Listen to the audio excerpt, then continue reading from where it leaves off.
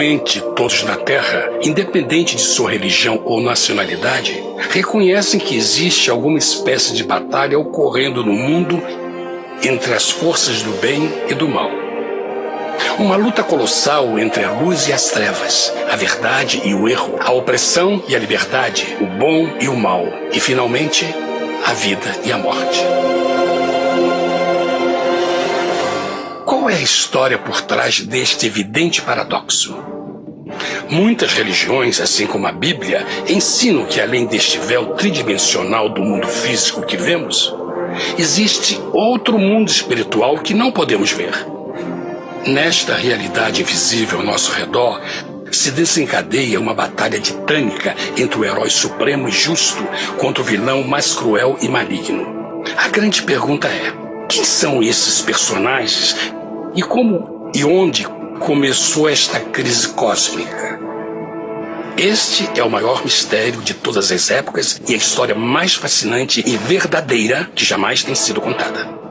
Esta crise envolve cada pessoa sobre a Terra. Sim, cada pessoa.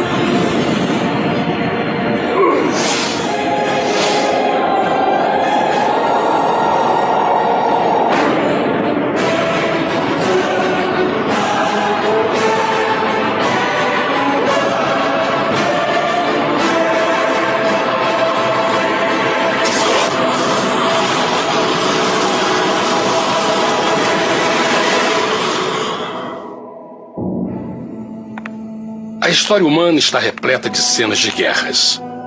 E todas as pessoas já experimentaram conflitos. Mas para entender a origem do mal, devemos viajar ao passado para a Primeira Guerra do Universo. Porque esta guerra não aconteceu na Terra. Antes que o nosso mundo existisse, houve uma guerra no céu. Mesmo as palavras guerra no céu soam como uma contradição. É quase inimaginável para nós que pudesse haver batalhas e conflitos entre as criações de Deus no paraíso. O que pode ter causado este conflito celestial? Graças a um livro antigo chamado Bíblia, temos detalhes suficientes para poder juntar as peças e desatar os nós. Mesmo que trágica, é uma extraordinária e bela história de amor que vai desde o princípio dos tempos até tocar pessoalmente a você, a mim e a cada indivíduo na Terra. Nossa história começa há muito tempo atrás na capital do universo. Em um lugar chamado Céu, que estava repleto de seres angelicais que amavam fazer a vontade de Deus.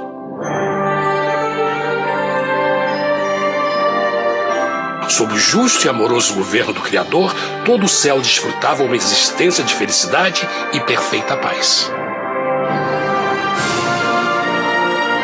O príncipe supremo do paraíso e comandante dos anjos era o poderoso e amoroso Filho de Deus, mais conhecido com o nome que adotou quando veio à Terra, Jesus.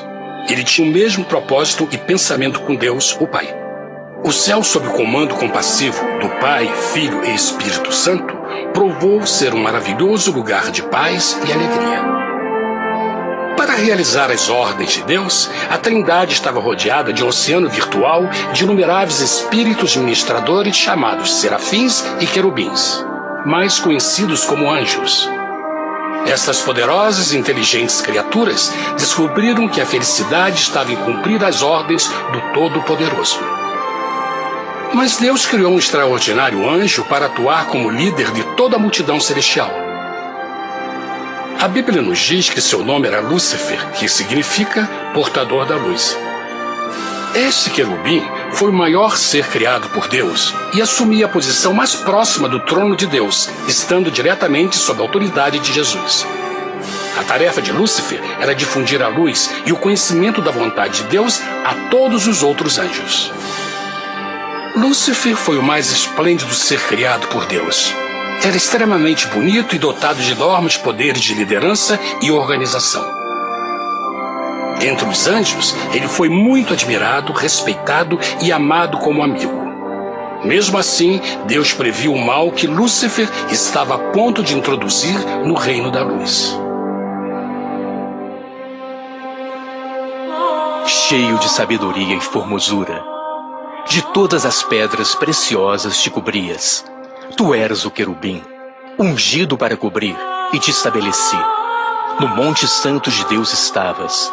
No meio das pedras afogueadas andavas. Perfeito eras nos teus caminhos, desde o dia em que foste criado, até que se achou iniquidade em ti.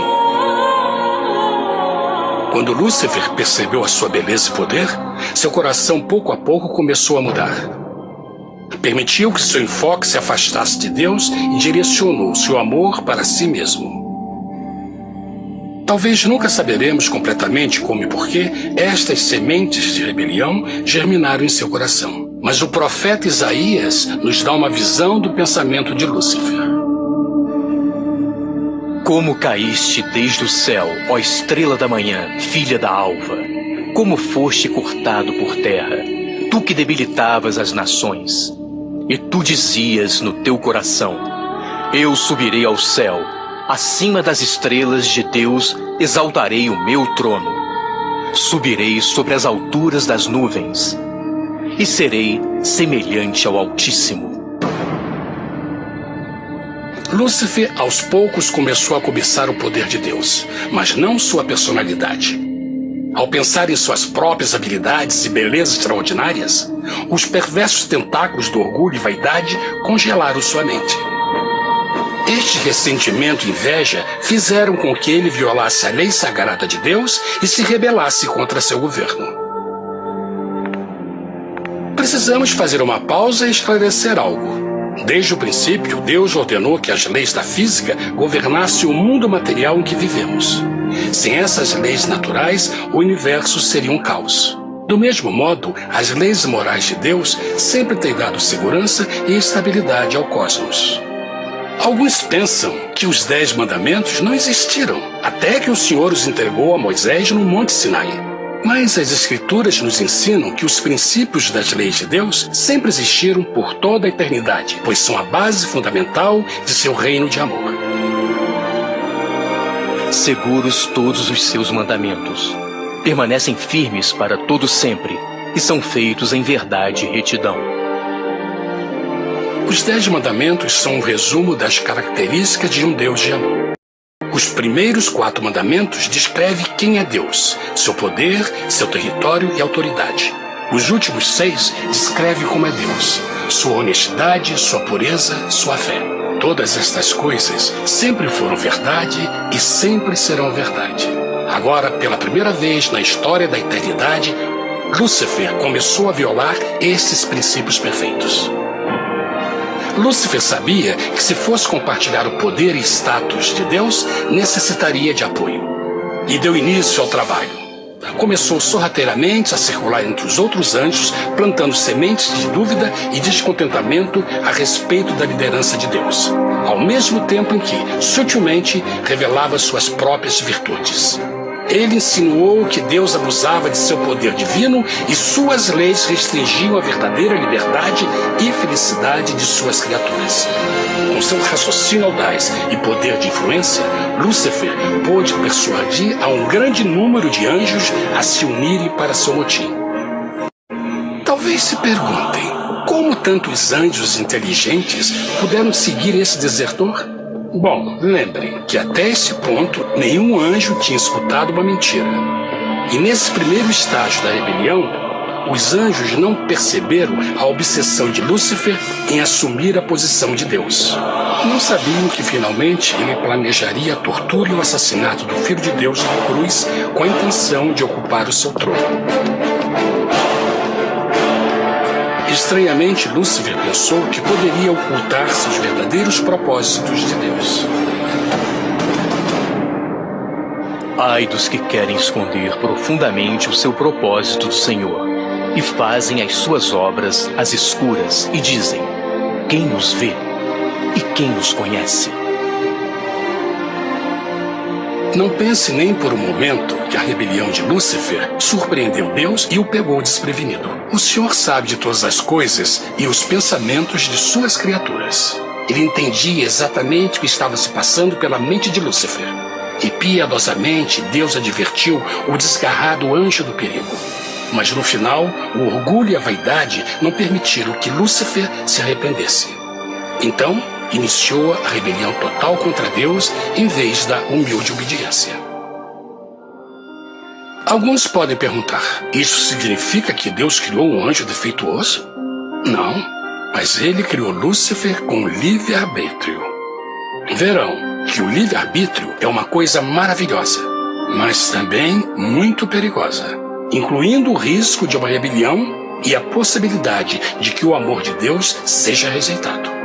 Vejam que o amor real não pode vir de uma criatura pré-programada e não pode ser forçado, deve ser voluntariamente dado. Por exemplo, mesmo que seja bonito este cachorro robô, na verdade, nunca poderá amar-me.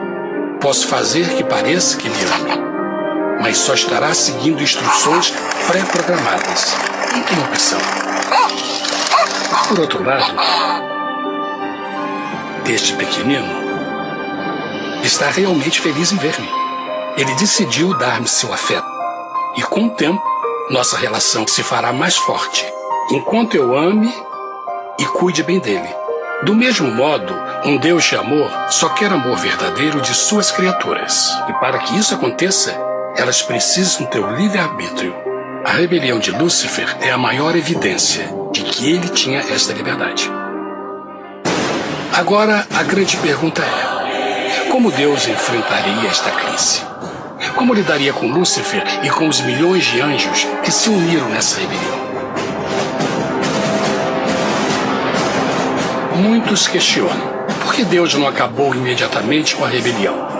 Afinal, ele poderia facilmente vaporizar Lúcifer com um raio. Mas isto teria solucionado o problema? Não, pelo contrário. Isso só teria intensificado as dúvidas e suspeitas que Lúcifer havia plantado na mente dos anjos. Lembrem que Lúcifer sabia, como ninguém mais, da engrenagem interna do governo de Deus. Sua destruição seria vista como parte de uma grande armação. E a razão que o motivou servir Deus teria sido o medo da represália e não o amor. O Senhor sabia, na sua sabedoria, que a melhor forma de enfrentar a crise era permitindo que tudo seguisse o seu curso. Esta seria a única forma de se assegurar que o mal não se ergueria outra vez. Deixai crescer ambos juntos até a ceifa. E por ocasião da ceifa, direi aos ceifeiros: colhei primeiro o joio e atai-o em molhos para o queimar, mas o trigo ajuntai-o no meu celeiro. Na parábola do joio e do trigo, Jesus descreve que um tempo de crescimento é necessário para que uma planta revele sua verdadeira natureza. No seu entendimento infinito, Deus sabia que com o tempo, o caráter real de Lúcifer seria exposto e que os amargos frutos de sua rebelião seriam vistos. Até agora, os cidadãos do universo não estavam familiarizados com o pecado e até onde os levaria. Mas isso mudaria quando eles vissem por si mesmos sua terrível natureza autodestrutiva. Afinal, a sabedoria e o amor do governo de Deus seria para sempre confirmado e o universo estaria seguro. Quando Lúcifer e seus seguidores revelaram abertamente sua rebelião, o Senhor soube que não haveria paz se permitisse que eles ficassem no céu. Deveria impor um limite, entrar em ação e enfrentar os rebeldes. Mas Lúcifer e seus seguidores nunca sairiam por vontade própria ou pacificamente. O passo seguinte foi a guerra. E houve batalha no céu. Miguel e os seus anjos batalhavam contra o dragão. E batalhavam o dragão e os seus anjos. Mas não prevaleceram, nem mais o seu lugar se achou nos céus. E foi precipitado o grande dragão, a antiga serpente, chamada o Diabo e Satanás, que engana todo mundo. Ele foi precipitado na terra, e os seus anjos foram lançados com ele. A Bíblia não revela exatamente que tipo de armas foram usadas durante este conflito cósmico. Mas esta guerra foi como nenhuma guerra que os olhos mortais já viram. Apocalipse 12:4 nos diz que finalmente Lúcifer e 1/3 dos anjos de Deus foram expulsos do paraíso.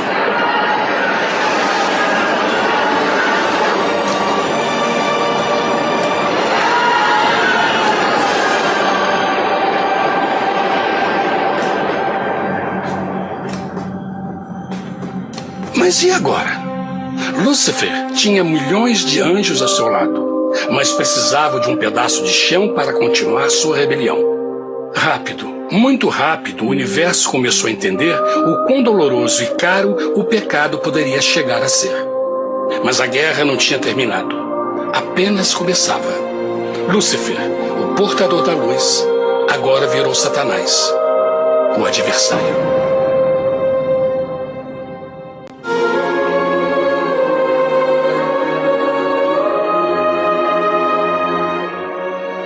Depois da guerra no céu, Satanás e seus anjos caídos foram expulsos da corte de glória. Por um tempo, o diabo e seus demônios vagaram pelo universo buscando inutilmente mundos que se compadeceram e se uniram à sua rebelião. Enquanto isto, o coração de Deus sentia intensamente o vazio que deixou a perda de Lúcifer e seus anjos. Então o Pai, o Filho e o Espírito Santo retomaram seu trabalho favorito, o maravilhoso trabalho da criação. Decidiram fazer um mundo novo, pleno, com muita variedade e diversas criaturas de amor. Este novo mundo seria único, porque as criaturas principais seriam feitas à imagem de Deus. Para eles, o Senhor também daria o domínio deste planeta novo, que conhecemos como Terra. No princípio, Deus criou a terra. E viu Deus tudo quanto tinha feito, e eis que era muito bom. Que imagem maravilhosa! Deus forma um novo mundo, nosso planeta, Terra. E em cada maravilhoso dia da criação, algo novo e espetacular começa a fazer parte da cena. Por exemplo, no terceiro dia, Deus falou e uma linda e exuberante vegetação fez parte da existência. Plantas de todas as cores, formas e tamanhos. No quinto dia, o mundo estava repleto de espantosas e exóticas criaturas, que podiam tanto se elevar aos céus como deslizar pelas águas azuis. E outras podiam fazer as duas coisas. No sexto dia, houve a introdução de um grande número de animais terrestres. Desde o gigante elefante até o pequeno esquilo, cada um encontrou um lugar nesse novo planeta para viver em harmonia com o resto da criação. E também no sexto dia, Deus criou o homem. E disse Deus: façamos o homem à nossa imagem conforme a nossa semelhança. E formou o Senhor Deus o homem do pó da terra, e soprou em suas narinas o fôlego da vida, e o homem foi feito alma vivente. E plantou o Senhor Deus um jardim no Éden, do lado oriental, e pôs ali o homem que tinha formado.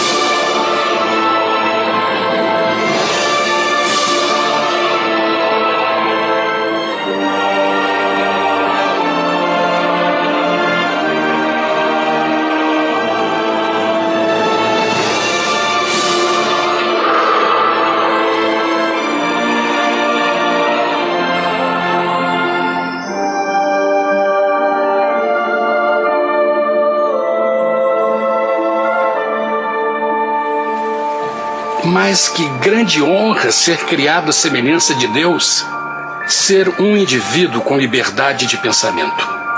No princípio, o homem não percebia a sua nudez. Provavelmente porque antes do pecado ele estava vestido de glória e luz.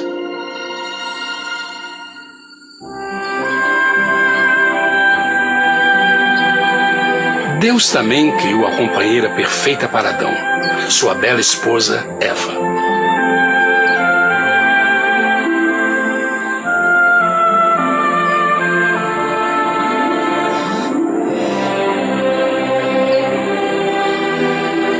O feliz casal foi colocado em um magnífico jardim perfeitamente projetado para aumentar sua felicidade. Para Adão e Eva e as outras criaturas da terra, também foi dado o privilégio divino de procriar a sua própria imagem.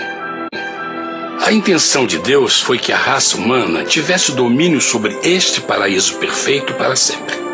Eternamente felizes e saudáveis, trabalhariam com a flora do jardim de Deus, enquanto desfrutariam o afeto e companhia de todas as criaturas sob seus cuidados.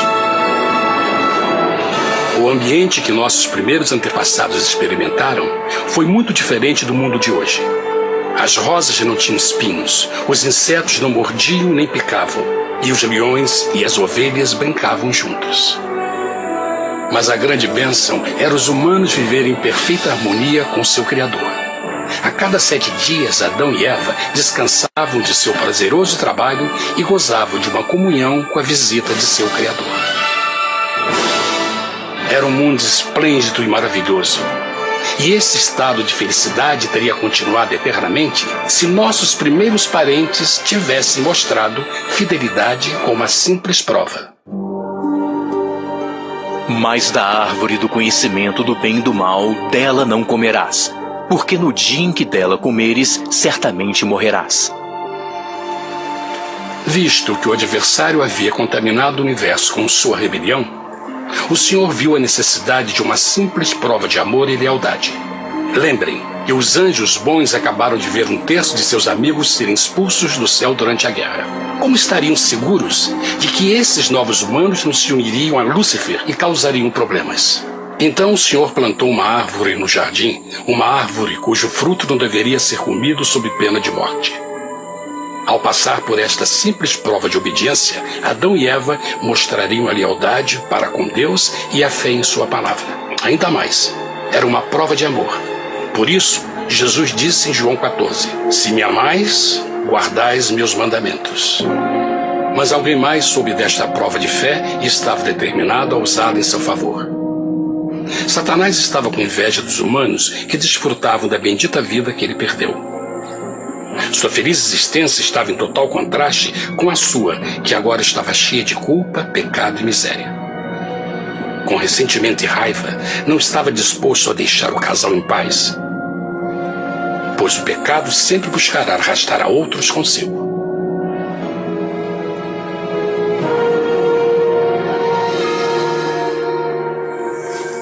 Então um dia, quando Eva estava concentrada em seu agradável trabalho, se viu sozinha e muito perto da árvore proibida.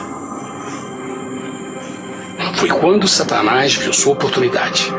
Através de uma serpente hipnotizante, o anjo caído chamou Eva até a árvore e a envolveu em uma conversação.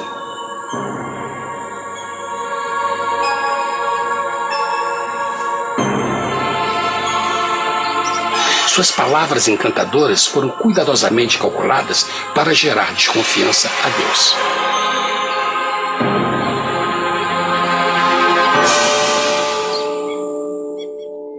A serpente replicou à mulher, de modo algum morrereis. Deus sabe que no dia em que dele comerdes, vossos olhos se abrirão e sereis como Deus, conhecedores do bem e do mal. A mulher notou que a árvore era boa para comer, pois era atraente aos olhos e desejável para alcançar sabedoria. Colheu o seu fruto e comeu. Deu também ao seu marido, que comeu assim como ela. Tragicamente, quando Eva escutou a suave e sedutora voz do tentador, começou a ter certas dúvidas da palavra de Deus. A serpente enganou-o com a promessa de grande poder e sabedoria. Isso chamou sua atenção. Além disso, aparentemente o fruto deu à serpente a habilidade de falar. Que outros poderes poderia dar a ela? E mesmo tendo acabado de conhecer a serpente, ela confiou em sua palavra acima da de Deus, quem a criou, e lhe deu um paraíso para viver. Então Eva comeu o fruto proibido e convenceu seu esposo a fazer o mesmo. Adão poderia ter escolhido ser fiel a Deus, mas colocou seu amor pela esposa acima do seu amor por Deus.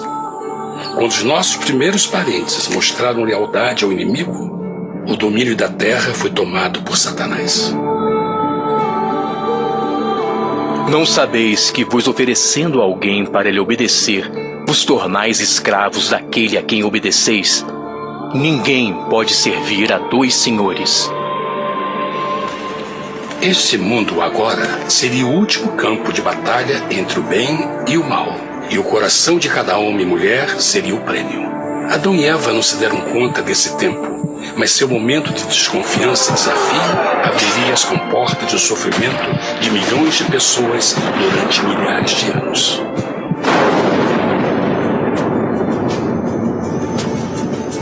Portanto, como o pecado entrou no mundo por um homem, e por ele a morte, e assim a morte transmitiu-se a todos os homens naquele em quem todos pecaram. Nossos primeiros parentes logo enfrentaram o terrível resultado de seu pecado. Em estado santo, Adão e Eva resplandeciam com túnicas de glória. Depois de pecarem, suas túnicas naturais de luz se desfizeram e eles ficaram mortificados com a sensação de sua nudez. Vergonha e temor tomaram lugar de sua alegria e paz e trataram de cobrir sua nudez com folhas. Agora eles se encontravam sob constante influência do diabo. Ao ceder à tentação, debilitaram sua natureza, e Satanás ganhou poder sobre a humanidade. As pessoas não podiam resistir às tentações do diabo com sua própria força. Por último, e o mais aterrador, se encontravam vivendo sob a pena de morte iminente. Deus havia advertido que a desobediência traria a morte. Já tinha experimentado a morte espiritual. Quanto tempo passaria para sofrerem a morte física também? Nesse ponto, seu futuro não tinha nada mais que escuridão e desespero. Tendo expulsado o homem, colocou diante do jardim do Éden os querubins com o cintilar da espada flamejante, para guardar o caminho da árvore da vida. Como o pecado provocou a expulsão dos anjos caídos de seu lar celestial, agora pela desobediência, Adão e Eva foram tirados de seu jardim, seu lar no paraíso. Tudo à sua volta estava mudando rapidamente, e a humanidade se encontrou suscetível às dores, doenças e finalmente à morte. Até os animais e plantas estavam infectados pela terrível maldição. Os espinhos e cardos agora pareciam árvores e flores, e os animais que antes eram gentis começaram a se matar e a devorar uns aos outros. O pior resultado foi que o pecado separou a humanidade de Deus. Mas vossas iniquidades cavaram um abismo entre vós e vosso Deus. São vossos pecados que ocultaram de vós sua face, para não vos escutar. Na criação, foram dados a Adão e Eva a honra de falar com os anjos, e até com o Filho de Deus cara a cara. Mas Deus é tão puro e santo que nenhum mal pode existir na sua presença. Agora que os primeiros humanos tinham pecado, Deus afastou sua santa presença deles para sua própria proteção. O pecado tinha queimado uma parte da alma do homem que já não podia ver a dimensão espiritual. Deste momento em diante, a comunicação com o céu seria limitada. Mesmo com todas estas maldições caindo sobre Adão e Eva, o coração do Senhor se encheu de compaixão.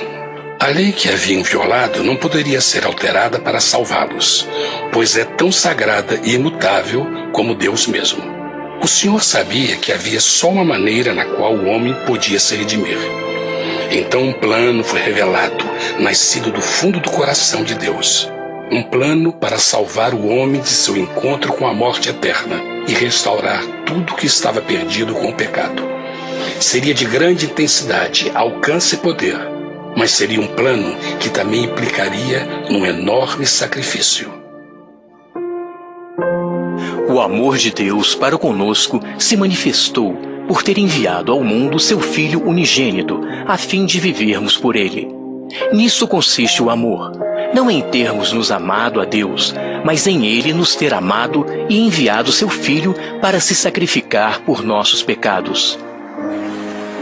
As Escrituras claramente ensinam em Romanos 6:23, o custo do pecado é a morte.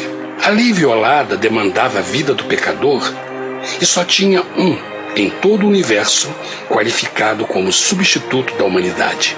O Criador só podia pagar a dívida de suas criaturas tomando seu lugar. Então Jesus Cristo, o Filho de Deus, concordou em deixar a pureza, glória e segurança do céu. Ele viria para morrer em nome do homem em seu malvado e renegado planeta. Ele nasceria como um inocente e indefeso bebê, suportaria uma vida de dor e vergonha e mesmo assim viveria uma perfeita e vitoriosa vida. Finalmente, ele teria uma morte humilhante para poder ser o substituto da humanidade caída. Por seu sacrifício, a humanidade incrivelmente receberia uma nova oportunidade de ter a vida eterna. Seu sangue seria o resgate para um mundo raptado por Satanás. Este maravilhoso plano de redenção foi graficamente ilustrado no sistema de sacrifício de animais ordenado por Deus depois da queda do homem. O Senhor tinha avisado Adão e Eva que iriam morrer no dia em que comessem do fruto proibido. E como que permaneceram vivos? A Bíblia nos diz que imediatamente depois do pecado, Deus providenciou roupas na forma de peles de animais. É bom notar que o Apocalipse se refere a Jesus Cristo como a ovelha que foi morta desde o princípio do mundo. Isto indica que uma ovelha foi sacrificada no mesmo dia para prevenir suas mortes imediatas.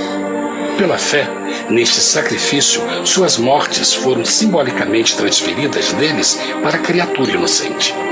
A ovelha certamente era a representação de Jesus. Assim, um raio de esperança foi dado em uma situação de escuridão e desespero. Através do arrependimento e a fé no sangue do Messias, qualquer humano poderia uma vez mais ser filho de Deus. Mas mesmo com este grande plano para a humanidade, Satanás ainda tinha o domínio da terra. E a vida na terra não estava fácil. No mundo haveis de ter aflição, mas coragem, pois eu venci o mundo. Naturalmente, muitos se perguntam, como um Deus amoroso e poderoso permite dores e sofrimentos no nosso mundo atual? Mas está claro desde o Gênesis que Deus nunca quis que nós tivéssemos o conhecimento da dor dessa vida. Quando o mundo saiu das mãos de Deus, a terra era um maravilhoso paraíso. Foi o pecado de Adão e Eva que deu a Satanás o direito de assumir o controle deste planeta. Devido à sua trágica eleição, o diabo e seus súditos ganharam o poder de tentar e atormentar os humanos, introduzindo a doença, a dor e o sofrimento. Talvez fosse melhor perguntar: por que Satanás não tem o controle total da humanidade? A resposta é Jesus Cristo. Talvez já perceberam que a morte de Jesus na cruz deu a cada um de nós a oportunidade de sermos salvos, mas na verdade fez muito mais do que isso. Quando o Salvador ofereceu sua vida para redimir a terra, esse ato poria restrições ao controle de Satanás sobre a humanidade. Satanás não poderia forçar nossa vontade e seu poder de nos ferir seria limitado. O sacrifício de Cristo também nos trouxe um tempo de prova, durante o qual poderíamos ver a diferença entre o governo de Deus e o de Satanás, e então decidir a quem servir. Finalmente, pelo sacrifício que fez Jesus, o reino de Satanás chegará ao seu final, e um dia a terra será devolvida ao homem mais maravilhosa do que era no princípio. Mesmo Adão e Eva tendo começado suas vidas como exilados do paraíso, ainda tinham esperança. Deus providenciou peles de animais sacrificados para se cobrirem. Mas o mais importante, Ele prometeu o sangue do Cordeiro de Deus para pagar por seu pecado, se aceitassem Cristo e se arrependessem. Uma grande pergunta permanece: as pessoas aceitaria o grande presente de Deus? Como escaparemos se agora desprezarmos a mensagem tão sublime da salvação? A incrível história que acabaram de escutar é verdade e afeta vocês. Pois, pelo desejo de Satanás de ser Deus e a desconfiança e desobediência de Adão e Eva, todos nós nos encontramos em uma situação perigosa. De um lado, a humanidade foi grandemente favorecida por Deus com uma segunda chance de recuperar nosso lugar no Éden. Por outro lado, se nós desistirmos de aproveitar esta grande chance, nos tornaremos escravos de Satanás e finalmente seremos destruídos quando Deus limpar o universo do pecado. Amigos, não há melhor hora de fazer sua escolha por Jesus do que agora mesmo. Nenhum de nós sabe quanto tempo mais teremos que viver nesta terra. Jesus nos tem mostrado grande interesse no seu bem-estar e seu amor por vocês o levou a providenciar uma maneira de escaparmos de uma futura destruição. Ele quer que você o aceite e se arrependa de seus pecados. Através de Cristo, pode encontrar o perdão para tornar-se como Ele em caráter. A triste notícia é que Satanás atua de todas as formas possíveis para evitar que aceite o presente da salvação de Deus. Devido à nossa rotina da vida, o amor ao dinheiro ou alguma outra distração fascinante, ele trabalha para manter a todos ocupados e afastados do que, na realidade, mais importa, sua salvação eterna. Para que entenda a realidade da situação e que se você não escolhe a Jesus por omissão, está escolhendo a Satanás. Mesmo que a terrível escolha de Adão e Eva nos traga morte e miséria, vocês agora podem tomar uma melhor decisão. Deus está oferecendo uma paz que satisfaz o anseio mais profundo de sua alma e uma alegria que não encontrará nas atribulações deste mundo. O desejo que tem o coração de Deus é que seja salvo e esteja com Ele no paraíso. Mas o único que pode mantê-lo fora do céu é você. Imagine a tragédia que seria se você recusasse este precioso presente. Você pode decidir hoje e aceitar a salvação que Deus prometeu. Na verdade, nesse momento, pode aceitar a vida eterna através de Jesus Cristo. Posso convidá-lo para que acompanhe agora mesmo em uma simples oração, aceitando sua maravilhosa oferta? Por favor, repita depois de mim. Querido Pai Celestial, venho a Ti agora e humildemente pedir Teu perdão. Senhor, confesso que sou um pecador e violei Tua santa lei. Entendo que a pena por esse pecado é a morte. Acredito que Jesus Cristo sofreu e morreu na cruz para receber o castigo por todos os nossos pecados.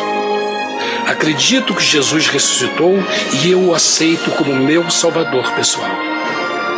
A partir deste momento em diante, Te dou o meu coração e o aceito como Senhor da minha vida. Por favor, perdoa todos os meus pecados e envia Teu Espírito para ajudar-me a fazer a Tua vontade. Te agradeço por Teu grande amor e aceito Teu presente da vida eterna. E eu oro tudo isso em nome de Jesus. Amém.